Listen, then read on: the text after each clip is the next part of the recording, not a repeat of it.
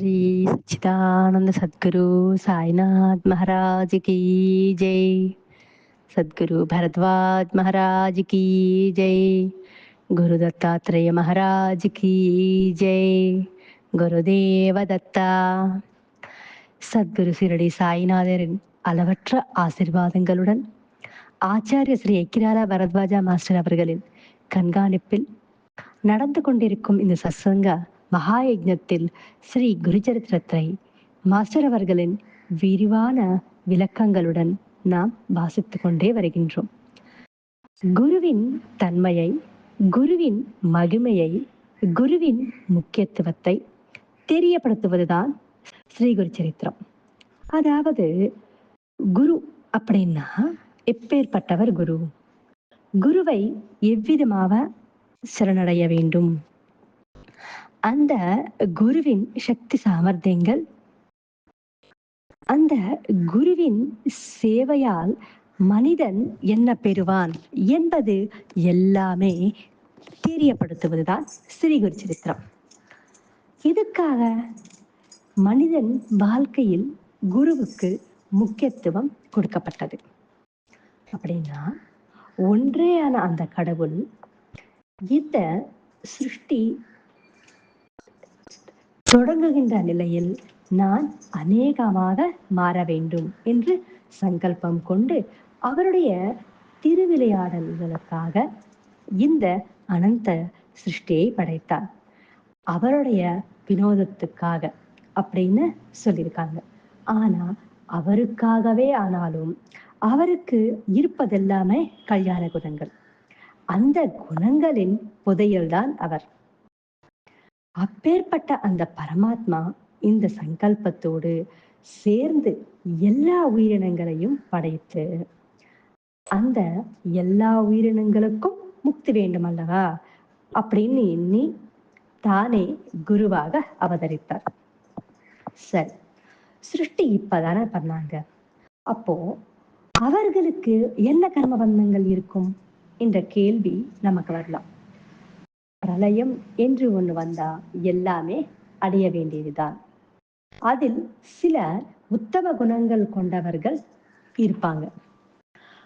அவர்கள் அந்த கடவுளால் சூக்ஷ்ம ஸ்வரூபத்தில் காக்கப்பட்டவர்கள். அவர்கள் எல்லாருமே மறுபடியும் படைக்கப்படுவார்கள். சோ அப்போ அவர்களுடைய எண்ணங்கள், யோசனைகள், பாவனைகளுக்கு ஏத்த மாதிரி அவர்களுடைய வாழ்க்கை தொடங்கும். கரெக்டா? அவர்கள் எல்லாருக்குமே ஒரு கைடன்ஸ் வேண்டும். அந்த வாழ்க்கை எப்படி லீட் பண்ணணும் என்று சொல்வதற்கும் ஒரு லைஃப் மேனுவல் வேணும். அதனால நம்ம படைச்சிட்டோம் அப்படின்னு எப்படியோ வாழட்டும் என்று விடாம தன்னுடைய படைப்பை, அந்த படைப்பின் ரகசியத்தை சொல்லி தருவதற்காக தான் தனக்கு தானே தத்து கொடுத்து இந்த பூலோகத்திற்கு தத்து வந்தவர் தான் இந்த தத்தாத்திரேயர். அந்த தத்தாத்திரேயரின் அவதாரங்கள் தான் அவதூதர்கள், மகான்கள். அப்படி கொண்டாடப்படுகின்ற சாக்ஷாத் தத்தாத்திரேய அவதாரங்கள் அனைவரும் குருக்கள் தான், சத்குருக்கள் தான். சதா குருக்கள் இல்லை, சத்குருக்கள் தான். அந்த குருவுக்கான முக்கியத்துவத்தை இங்க சொல்லியிருக்காங்க. ஏன்னா மனிதன் தன்னுடைய வாழ்க்கையில் அஞ்ஞானத்தை விட்டு ஞானத்தை பெறுவதற்கு ஒரு குருவை நாடி செல்ல வேண்டும். கு என்றால் இருள், ரு என்றால் இருளை நீக்குபவன். அஞ்ஞானம் என்ற இருளை நீக்குபவன் நம்முடைய குரு. சத்குரு மட்டும்தான் எல்லாமே செய்வார். அப்ப திரிமூர்த்தி ஸ்வரூபி என்றால் சத்குரு தத்தாத்திரேயர் தான்.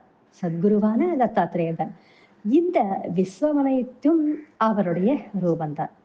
இந்த விஸ்வத்தில் ஸ்ரீ நிருசிம்ம சரஸ்வதி, ஸ்ரீபாத வல்லவர், ஸ்ரீ அக்கல்கோட்ட மகாராஜ், ஸ்ரீ மாணிக்க பிரபு, ஸ்ரீ சிரடி சாய்நாதர், தாஜுத்தீன் பாபா, இந்த மாதிரி பல சத்குரு ரூபத்தில் தத்தாத்திரேய சுவாமி அவர் அவதரித்துக் கொண்டே வரார்.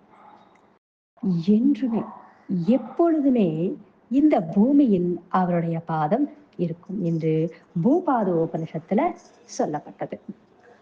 எல்லாமே குருவே என்று பல பேர் சொல்லியிருந்தாலும் சர்வம் கல்விதம் பிரம்மா, நீ பார்ப்பதனைத்தும் பிரம்மா அப்படின்னு ஸ்மிருதி ஸ்ருதி புராணங்கள்ல சொன்னாலும், எவ்வளவுதான் நமக்கு சொன்னாலும் குருவுக்கு உருவமே இல்லை. அதாவது சைத்தன்யத்திற்கு ஒரு உருவமே இல்லை. அது ஒரு சக்தி மட்டும்தான். ஆண் இல்லை, பெண் இல்லை. அது ஒரு சக்தி மட்டும்தான். உருவம் இல்லை என்று சொன்னாலும் நமக்கு அவ்விதமாக ஞானம் பண்றதுக்கு, பூஜை பண்றதுக்கும் போதுமான அளவிற்கு ஞானம் இல்லாததுனால நமக்கு ஒரு உருவமோ வடிவமோ தேவைப்படுது. அதற்காக தான் முனிவர்கள் கடவுளுக்கு ஒரு உருவம் கொடுத்தாங்க. நமக்கு விவேகமும் இல்லை, புத்தியும் இல்லை. அதே போல் விவேகமற்ற பக்தர்களுக்காக வந்தார் தத்தாத்திரேயர். ஏன்னா அவர்களுக்கு பக்தி விசுவாசம் இருக்காது. விவேகம் பக்தி இருந்தாதான் கொஞ்சமாவது யோசிப்பாங்க. அந்த பக்தி ஸ்ரத்தை விவேகமற்ற பக்தர்களுக்காக அவர் அவதரித்தார். தத்தாத்திரேயர் அவதரித்தார். எதற்காக நாம் இப்படி சொல்றோம் அப்படின்னா, மனுஷானம் சஹசிரஸ்யோ கச்சதி சித்தையே அப்படின்னு கீதையில் கிருஷ்ணர் சொல்லியிருக்காரு. அப்படின்னா என்ன பொருள் அப்படின்னா, ஞான சித்தி பெறுவதற்காக முயற்சி செய்கிறவங்க 1000ல் ஒருத்தர் தான் இருப்பாராம். அந்த சில 1000 சேர்ந்தால்தான் அதில் ஒருவன் ஞானம் பெறுவாங்களாம். அதாவது உண்மையான தவிப்பு கொண்டு சாதனை செய்யறவங்க அப்படி இருப்பாங்களாம். எப்படி 1000ல் ஒருத்தர். எப்பன்னா கிருத்தயுகம், துவாபர யுகம், திரேதாயுகத்தில். இந்த கலியுகத்தில் கோடியில் இருப்பாங்க. கோடியில் ஒருத்தர் தான் இருப்பார். இது கிருஷ்ணர் சொன்ன வார்த்தை. அந்த பூர்ண தத்தாவதாரமான குரு எல்லா குரு ஸ்வரூபி ஒரே ஒரு குரு தான். எல்லா கடவுள் ஒரே கடவுள் தானே. ஒரே கடவுள் தானே இத்தனை கடவுள் ரூபத்தில் வந்தாங்க என்று சொல்றோம் இல்லையா? அந்த மாதிரி விவேகமே இல்லாமல் இந்த குரு உயர்ந்தவர், அந்த குரு சிறியவர் என்று எண்ணம் கொள்ளாமல் பாபா எல்லாம் சொல்லியிருக்காரு. மற்ற குருக்கள் எவ்வளவு பெரியவர்களாக இருந்தாலும் உன்னுடைய குருவான என்னை ஆனந்தமாக ஞானம் செய் போதும் என்று சொன்னார். ஆடம்பரங்கள் விளம்பரங்கள் கொண்டவர்கள் சத்குருக்கள் கிடையாது. ஆசிரமங்கள் பெரிய பெரிய பங்களாக்கள் ஏசி கார்ல பயணிப்பவர்கள் சத்குருக்கள் இல்லை. ஒரு சந்நியாசி தர்மத்தை தான் கடைபிடிக்க வேண்டும். அதற்கு மகா பெரியவர் தான் எடுத்துக்காட்டு. ஒரு அவதூதர் என்றால் ஒரு அவதூதர் மாதிரி இமிடேட் பண்றவங்க கிடையாது. அவதூதரின் வாழ்க்கையை ஒரு அவதூதர் போல் வாழ்பவர்கள் தான் அவதூதர்கள். எப்பொழுதுமே ஒரிஜினல் விட டூப்ளிகேட் நல்லா ஜொலிக்கும். அது நமக்கு தெரியாம அப்பேற்பட்ட ஒரு போலி குரு கிட்ட போயிட்டு நாம் ஏமாறக்கூடாது அப்படின்றதுக்காக தான் சத்குருக்கள் இந்த கலியுகத்தில் அவதரித்து கொண்டே வராங்க. அந்த சத்குருவின் லீலைகள் நாம் படிப்பதன் வாயிலாக ஒரு சத்குருவின் மகிமை, திறன், சக்தி, சாமர்த்தியங்கள், அவரின் கருணை, அனுகிரகம் எல்லாமே நமக்கு புரியும். இங்க நாம் இந்த அத்தியாயத்தில் பார்த்தோம் அப்படின்னா, ஒருத்தர் தன்னுடைய குருவை விட்டுட்டு வந்துடுவாரு. ஏன்னா இந்த குருவுக்கு ஒண்ணுமே தெரியல, என்கிட்ட சேவை மட்டும்தான் வாங்கிக்கிறாரு, உனக்கு இன்னும் புத்தி திடமாகலை என்று சொல்லிட்டே இருக்காரு. அப்படி ஒரு தவறான எண்ணம் அவர் மனசுல இருக்கு. அதனால அவர் அந்த குருவை விட்டுட்டு ஸ்ரீ குரு கிட்ட வராரு. ஸ்ரீ குரு வந்த உடனே, "வாப்பா என்னுடைய சிடராக ஜாயின் பண்ணிக்கோ" அப்படின்னு சொல்லல. என்ன சொல்லியிருக்காருன்னா, தௌமிய மகர்ஷி கதையை சொல்றாரு. ஒரு குருவின் மகிமை பத்தி சொல்லி, குருவை எப்படி பரிபூர்ணமாக சரணடைய வேண்டும் என்பது பத்தி சொல்லி, அவரின் குருவையே தியானம் செய்ய சொல்றார். சம்சயம் கொண்ட அந்த பக்தனை அனுகிரகம் பண்ணிட்டு அவரின் குரு கிட்டயே போக சொல்வார். இதுதான் ஒரு குருவுக்கு அழகு. குரு ஸ்வரூபிமானவர்கள் சத்குரு என்று சொன்னோம். அந்த குருவை ஸ்மரணை செய்ய சொல்லியும் இங்க ஆசீர்வதித்து ஞானம் தந்த வல்லவர்தான் ஸ்ரீகுரு. உண்மையாக திடமான விசுவாசத்துடன் பொறுமையுடன் சேவிக்க முடிந்தால் ஒரு புல்லும் நமக்கு வழிகாட்டும் என்பது நம்முடைய பெரியவர்களின் வாக்கு. ஆனா நமக்கு அவ்வளவிற்கு திறமை இருக்காது. ஏனென்றால் மனிதருக்கு ஒரு கஷ்டம் வருது, ஒரு நேரத்தில் சுகம் வருது, ஒரு நேரத்தில் பயம் கூட வருது, எல்லாமே வருது நம்முடைய வாழ்க்கை. நமக்கு ஒரு கஷ்டம் வரும்போது நாம் சாய ஒரு தோல் தேவைப்படுது. ஆறுதலாக ஒரு வார்த்தை சொல்ல ஒரு குரல் தேவைப்படுது. மனிதர்கள் டிப்ரெஷன்ல இருக்கும்போது ஈஸியா ஒரு பக்கம் சாஞ்சிருவாங்க. அது தவறா சரியா என்று யோசிக்கிற மனப்பக்குவம் அந்த நேரத்தில் இருக்காது. அதனாலதான் மத மாற்றம் போன்ற விஷயங்கள் எத்தனையோ நடக்குது இந்த சமுதாயத்தில். மற்றவர்கள் பலவீனத்தை தன்னுடைய பலமாக மாற்றிக்கொண்டு பல பேர் தகாத சில விஷயங்களும் நடக்குது இந்த சமுதாயத்தில். முழு கடவுள் மேல் முழு புரிதல் இருப்பவங்க இந்த மதத்திற்கு வேற கடவுள், அந்த மதத்திற்கு வேற கடவுள், உங்க மதத்துல உங்க கடவுளை காப்பாத்தல, எங்க மதத்துக்கு வந்துடுங்க, எங்களுடைய கடவுள் உங்களை ரட்சிப்பாரு அப்படின்னு ஆசை வார்த்தைகளை சொல்ல மாட்டாங்க.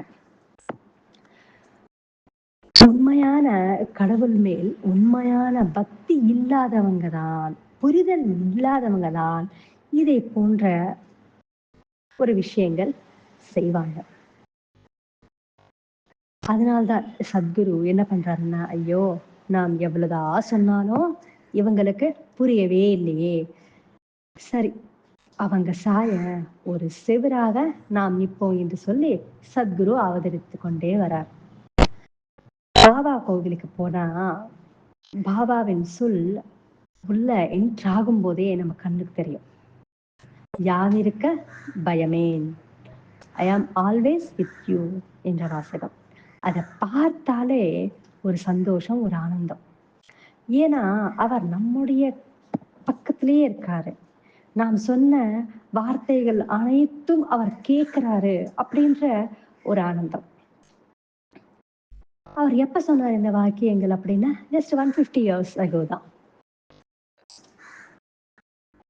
அவர் மாதிரியே மாறி அவர் பற்றியே சொல்லி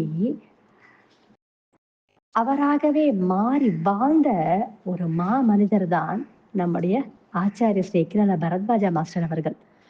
அவர் 1989 வரைக்கும் இருந்தார். அவர் பக்கத்திலே இருந்து அவர் சொன்ன வாக்கியங்கள் கேட்ட எத்தனையோ பேர் நம்ம சத்சங்கத்துல இருக்காங்க. நான் உன் கூடையே தான் இருப்பேன் என்ற பாபா வாக்கை எல்லாருக்கும் புரிகின்ற மாதிரி சொல்லி அதை உணர வைத்து அவரை வழிபட செய்த சத்குரு யார் அப்படின்னா ஆச்சாரியா ஸ்ரீ கிரார பரத்வாஜா மாஸ்டர் அவர்கள். எப்பொழுதுமே இருப்பார், எங்கேயும் இருக்கார், நாம் சொன்னது அனைத்தும் கேட்டுட்டே இருக்கார். ஏன்னா அவர் வாக்கு கொடுத்திருக்கார் என்னன்னா, சத்சங்கம் எங்க நடந்தாலும் அந்த இடம் எவ்வளவு அபவித்திரமாக இருந்தாலும் என்னுடைய தவசக்தியால் நான் பிரக்ஷாலனம் செய்வேன், பவித்திரமாக மாத்துவேன் அப்படின்னு ஒரு வாக்கு கொடுத்திருக்காரு. இது நாம் நம்பினாலே போதும். இந்த வாக்கியத்து மேல் நமக்கு விசுவாசம் இருந்தா போதும். அப்போ நமக்கு எந்த கஷ்டம் வந்தாலும் சாய்ந்து கொள்ள ஒரு தோளாக அவர் இருக்கார். நாம் சொன்னது அனைத்தும் கேட்கறதுக்கு அவர் இருக்கார். ஒரு கஷ்டத்தை எதிர்கொள்ள துணையாக அவர் இருக்கார். ஒரு கஷ்டத்தை எதிர்கொள்ள தைரியம் அவர்தான் என்ற நம்பிக்கையை கொடுப்பவர்தான் சத்குரு. அப்பேற்பட்ட ஒரு சத்குரு தான் நம்முடைய மாஸ்டர் அவர்கள். அதற்குதான் நம்மில் தயையை கொண்டு சத்குரு அவதரித்து கொண்டே இருக்கார். அதற்கான அவசியமும் இதுதான். உண்மையான பக்தியும் தவிப்பும் இருக்கின்றவர்களை தேடி கடவுளே வருவார். எந்த பக்தனும் கடவுளை தேடி சென்றதாக சரித்திரத்தில் இல்லை. பார்ப்பதற்கு நான் தான் ஷிரடிக்கு போன மாதிரி, வித்யாநகர் போன மாதிரி, உங்களுக்கு போன மாதிரி தோணும். ஆனா அவரின் அனுகிரகம், சங்கல்பம் இல்லாமல் நாம் அந்த இடத்தில் கால் வைக்க முடியாது. எதற்காகனா, நான் வித்யாநகர் போகும்போது எத்தனையோ பேர் வராங்க. எல்லாருமே அவருடைய ஆனந்தத்தை, அவருடைய அனுகிரகத்தை, அவருடைய அரவணைப்பை ஃபீல் பண்றாங்களா அப்படின்னா, ஜஸ்ட் லைக் தட். ஒரு பிஸ்னஸ் பேசுதான். இது நடந்தா நான் வரேன், இந்த கோரிக்கை நிறைவேறினா பிரதட்சணம் பண்றேன் அப்படின்னு ஒரு பிஸ்னஸ் பேச கூட வருவாங்க.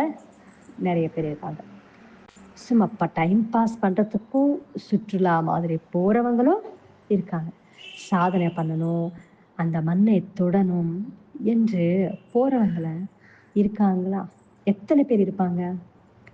அதில் அத்தனை பேர்ல அவரின் சத்குருவின் அனுகிரகம் பெற்று வரும் எல்லாருமே பாக்கியசாலிகள் தான்.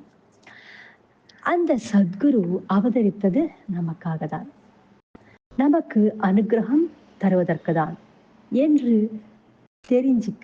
தெரிஞ்சுக்கிட்டவங்க யாரோ சிலருக்கு அவரின் குரல் இன்னும் கேட்டுக்கொண்டே இருக்கு.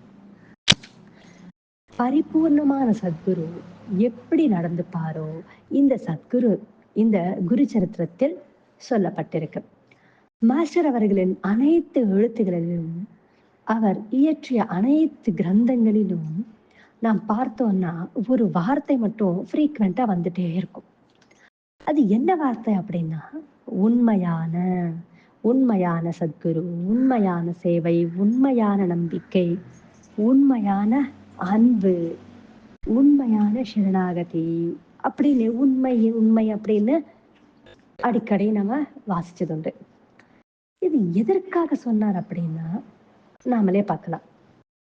எத்தனையோ பேர் காசி, ஹரித்வார், ஷிரடி போன்ற க்ஷேத்திரங்களுக்கு, புண்ணிய க்ஷேத்திரங்களுக்கு போவதுண்டு. நாம கூட போயிருப்போம். ஒரு 10 பேர் கூட நம்ம போனோம்னா சில பேர் பார்த்தாலே நமக்கு கேட்க தோணும்.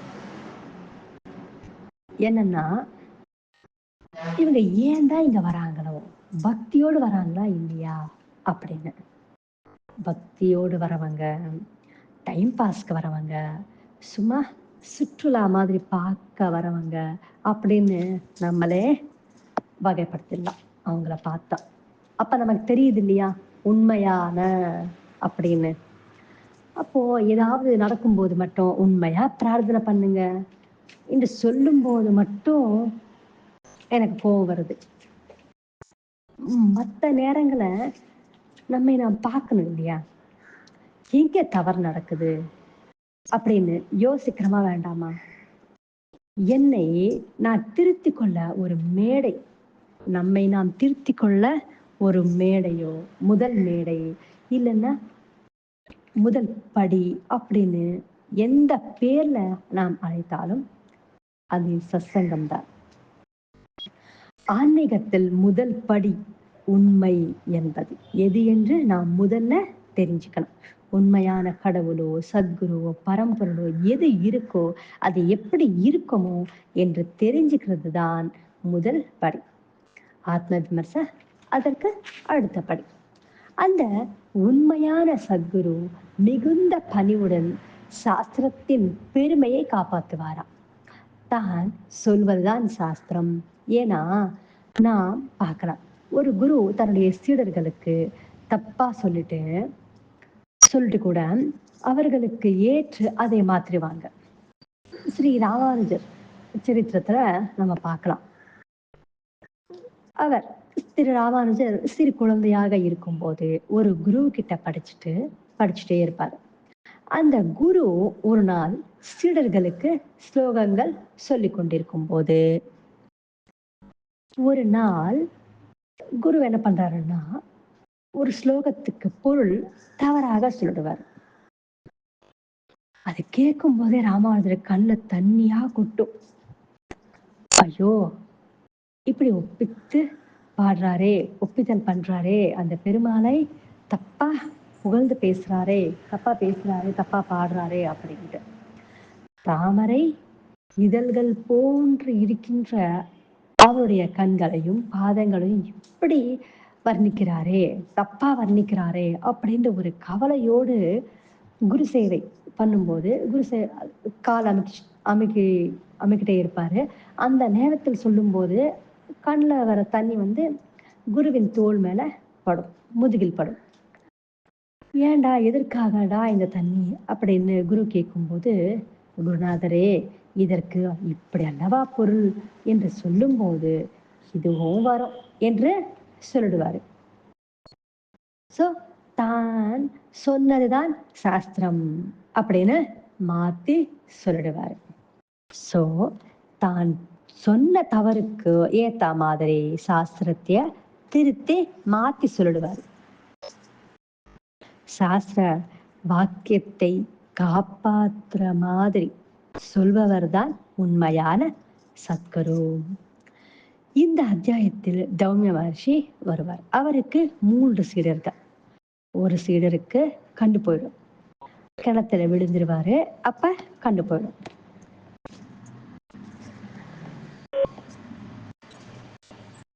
கிணற்றில் விழுந்து இருக்கும்பால் கண்ணில் பட்டுடும்.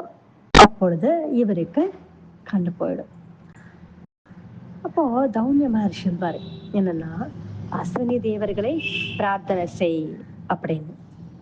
ஹாம் ஓம் ஃபட் உனக்கு கண்ணு வரட்டும் அப்படின்னு சொல்ல மாட்டாரு. ஏன், அவ்வளோ சக்தி அவருக்கு இல்லையா? ஏன் சொல்ல மாட்டாரு அப்படின்னா, அந்த அஸ்வினி தேவர்களை பிரார்த்தனை செய்தா உனக்கு கண்ணு வரும் அப்படின்னு தான் சொல்வாரு.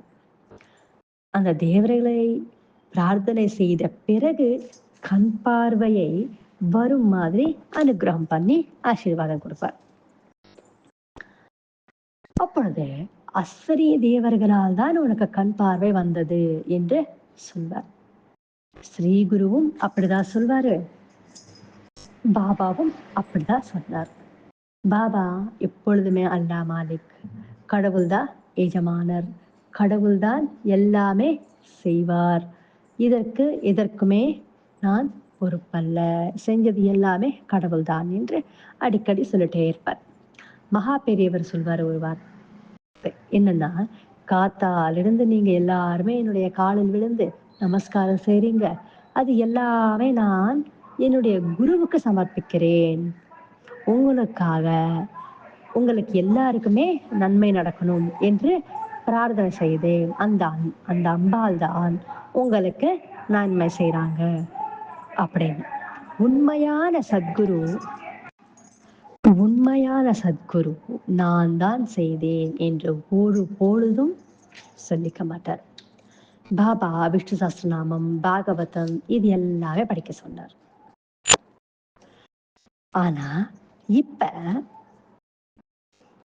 ஆனால் இப்போ சில பாபா கோவில்கள்ல ஸ்ரீகுரு சரித்திர பாராயணம் தடை செய்யப்பட்டது. எவ்வளவு வெக்கக்கேடு நமக்கு!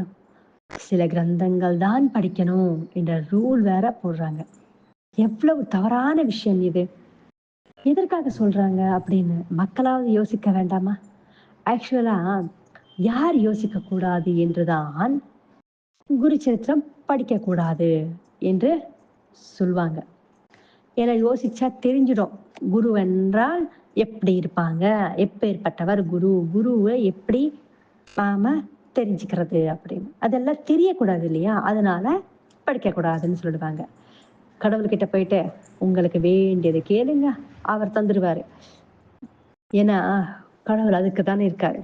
நம்ம கேட்கிறத குடுக்கறதுக்கு தான் இருக்காரு. வேற வேலையே இல்ல அவருக்கு. அதனால அதுக்கு மட்டும் தான் இருக்காரு. இது எல்லாமே தாண்டி உண்மையான ஆனந்தம் ஒன்று இருக்கு. உண்மையான ஞானம் என்பது ஒன்று இருக்கு என்று சொல்லிக் கொடுப்பது தான் இந்த ஸ்ரீ குரு சரித்திரம். அந்த திருநூல்களை படிப்பதனால அந்த குருவின் மகிமையும் சக்தியும் தெரியும். குருவை எப்படி சேவிக்கணும் என்பதும் நமக்கு புரியும்.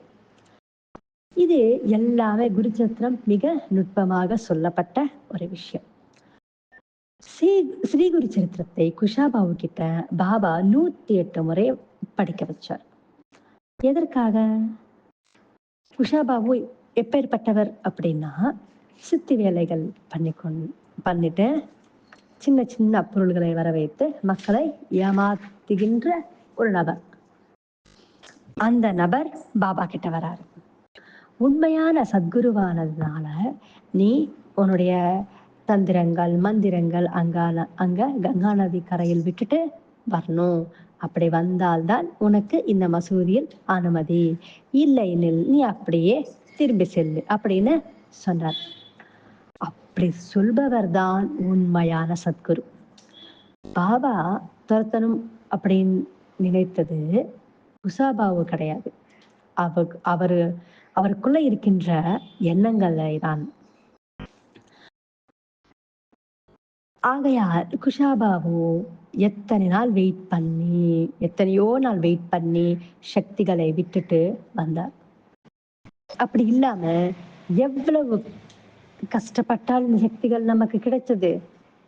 இது எல்லாமே விட்டுட்டு சொல்றாரே அப்படின்னு திரும்பி போகாம அந்த சக்திகள் அனைத்தும் கங்கா நதியில் விட்டுட்டு மசீதுக்குள்ள வராரு.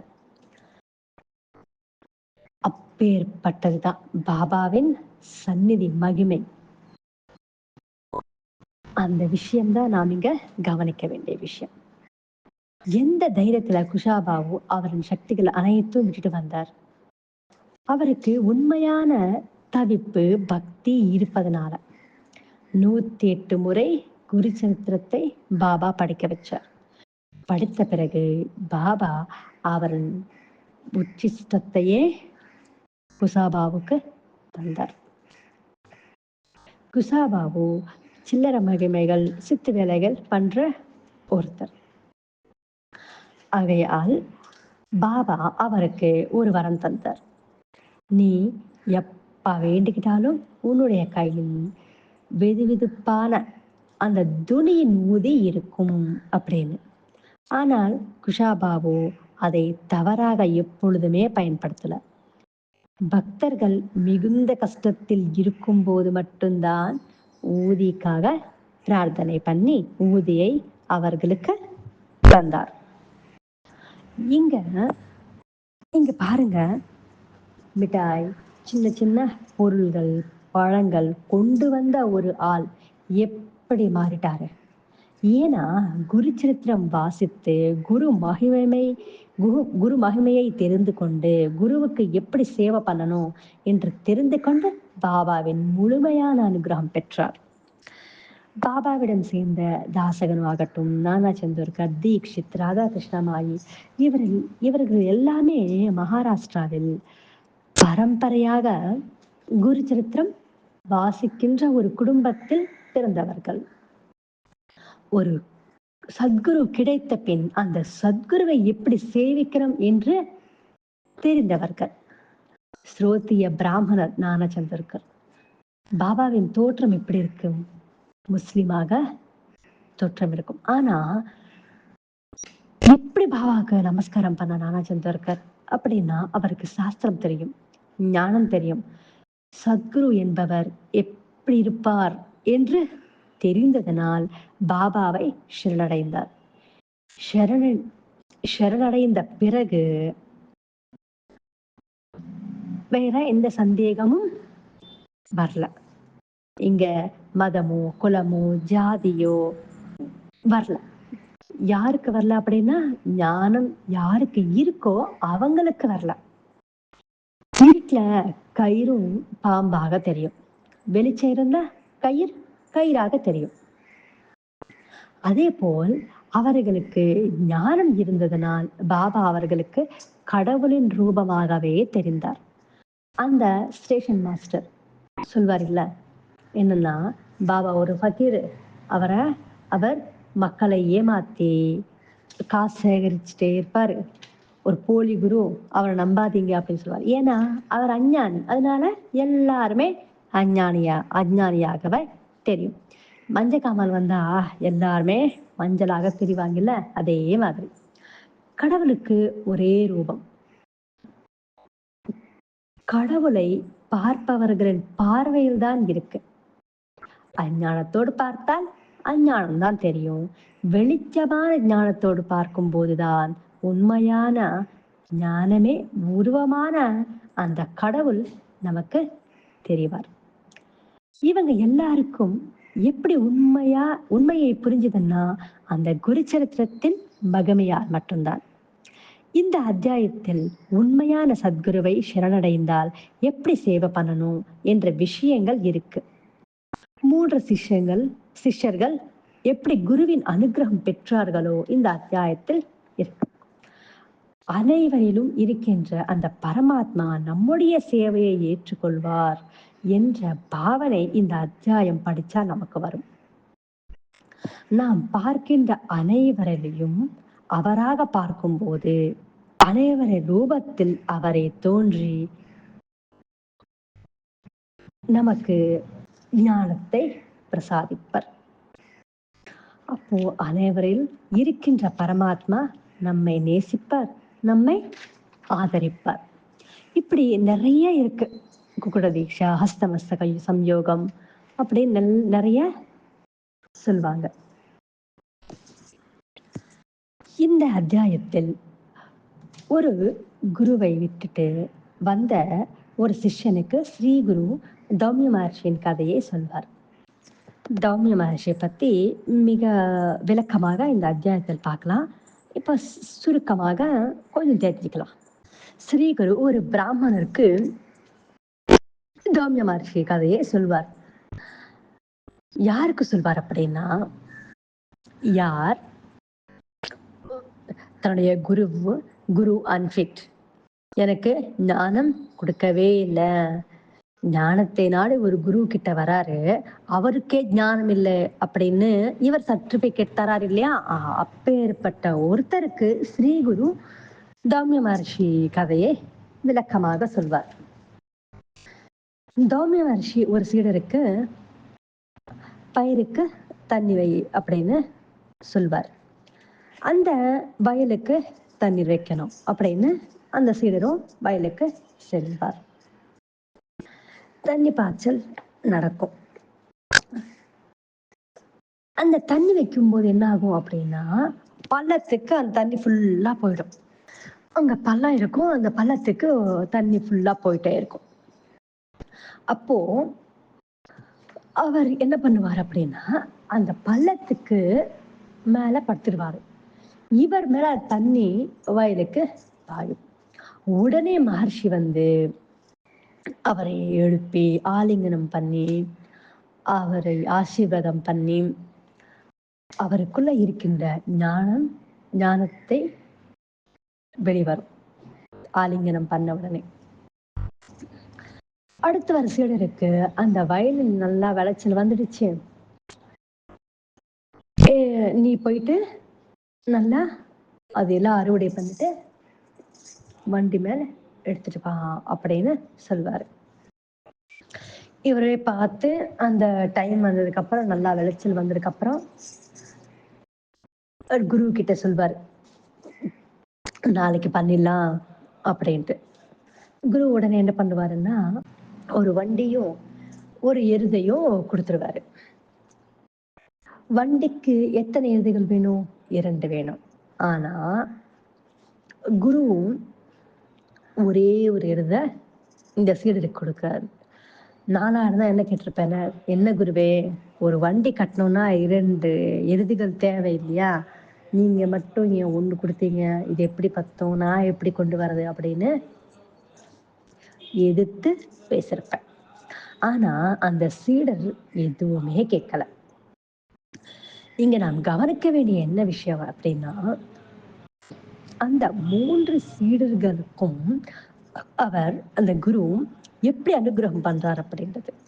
அவர்களின் சம்ஸ்காரத்துக்கேற்று அனுகிரகம் பண்ணுவார். அந்த 2வது சீடர் எதுவுமே கேட்கல. வயலுக்கு போவாரு, அறுவடை பண்றாரு, நெல்லை வண்டியில ஏத்துவாரு. ஒரு பக்கம் அவர், இன்னொரு பக்கம் எருதை கட்டிட்டு வீட்டுக்கு கொண்டு வராரு. அந்த வரும் வழியில் என்ன ஆகுது அப்படின்னா, ஒரு சக்கரம் சேத்துல மாட்டிக்குது. அதை இழுக்க முடியாம ரொம்ப தவிக்கிறாரு அந்த சீடர். அந்த எருதையும் கழட்டி விட்டுட்டு இவர் தனியாக முயற்சி பண்றார்.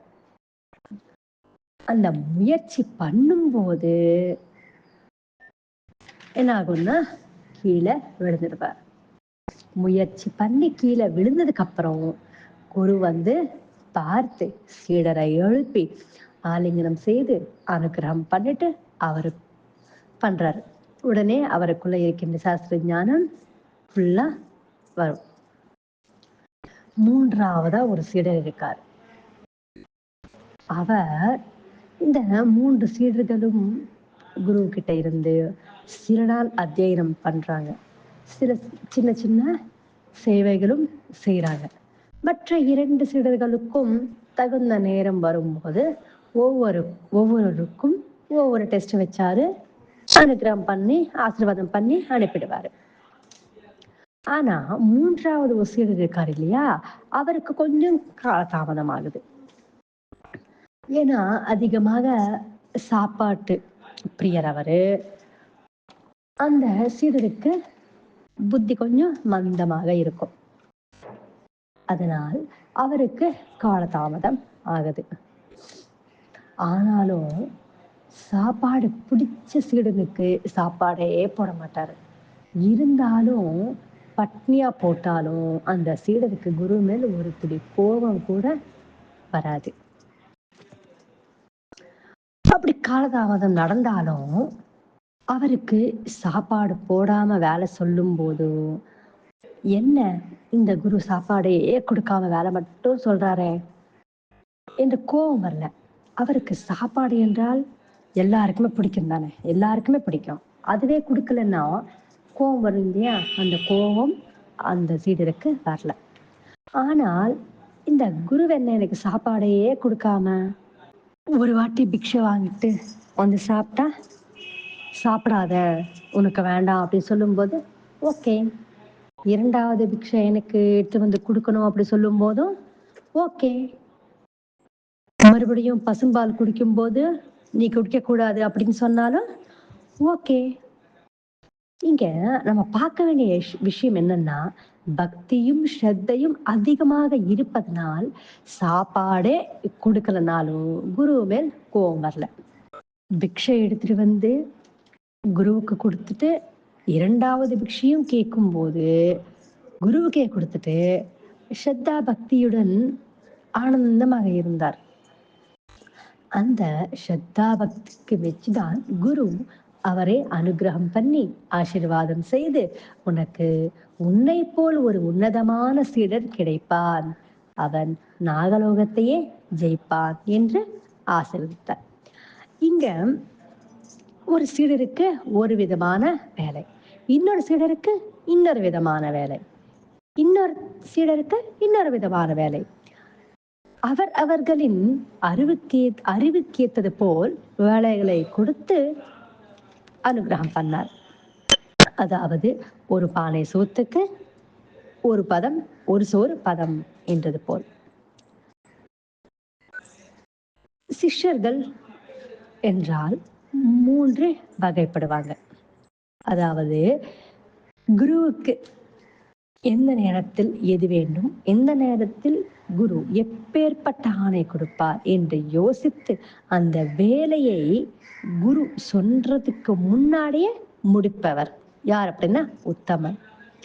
குரு ஆணையிட்ட பின் செய்பவர் மத்தியமன். குரு சொன்னாலும் செய்யாம இருப்பவர் அதமன்.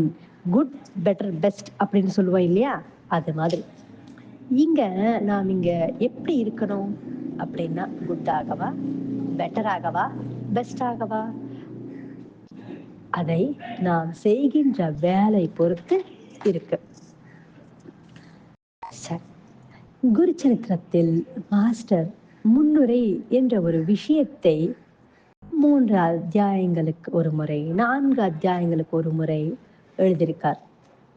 ஏன் எழுதியிருக்கார்? அதில் என்ன பொருள் இருக்கு, என்ன சொன்னார் அப்படின்னா, அந்தந்த அத்தியாயத்தில் வரக்கூடிய திருத்தலங்கள், முனிவர்கள், ரிஷிகள் பத்தி இருக்கு.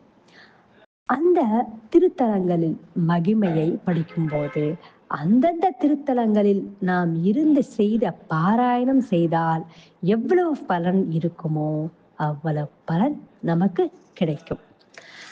அது தெரிவிப்பதுதான் ஒரு சத்குரு சேவையை கேட்பதன் மூலமாகவும் நமக்கு எது உகுந்த ஞானமோ அந்த ஞானம் நமக்கு கிடைக்கும். ஆகையால் எந்த பாவனையோடு படிக்கணும், எப்படி படிக்கணும், இதில் என்ன புரிஞ்சிக்க வேண்டிய விஷயம் என்பதுதான் இந்த முன்னுரை மூலமாக மாஸ்டர் அவர்கள் அத்தியாயத்துக்கு நமக்கு சொல்லிக்கொண்டே வருகிறார். இங்க நான் பார்த்தா தெரிஞ்சிக்க வேண்டிய விஷயங்கள் என்னென்ன அப்படின்னா, குரு சரித்திரம் எதற்கு பாராயணம் பண்ணணும், குரு அப்படின்னா குருவை எப்படி நாம் தெரிஞ்சுக்கணும், அந்த பாராயணம் செய்த பிறகு எப்படி ஒரு குருவை சேவை செய்யணும், குருவை எப்படி சரணடைய வேண்டும் போன்ற விஷயங்கள் நமக்கு தெரிவித்த ஆச்சாரிய ஸ்ரீ எக்ரால பரத்வாஜா மாஸ்டர் அவர்களுக்கு நன்றி சொல்லிக்கொண்டே ஸ்வஸ்தி. ஸ்ரீ सच्चिदानंद सद्गुरु साईनाथ महाराज की जय। श्री सच्चिदानंद सद्गुरु भरद्वाज महाराज की जय। गुरु दत्तात्रेय महाराज की जय। गुरुदेव दत्ता।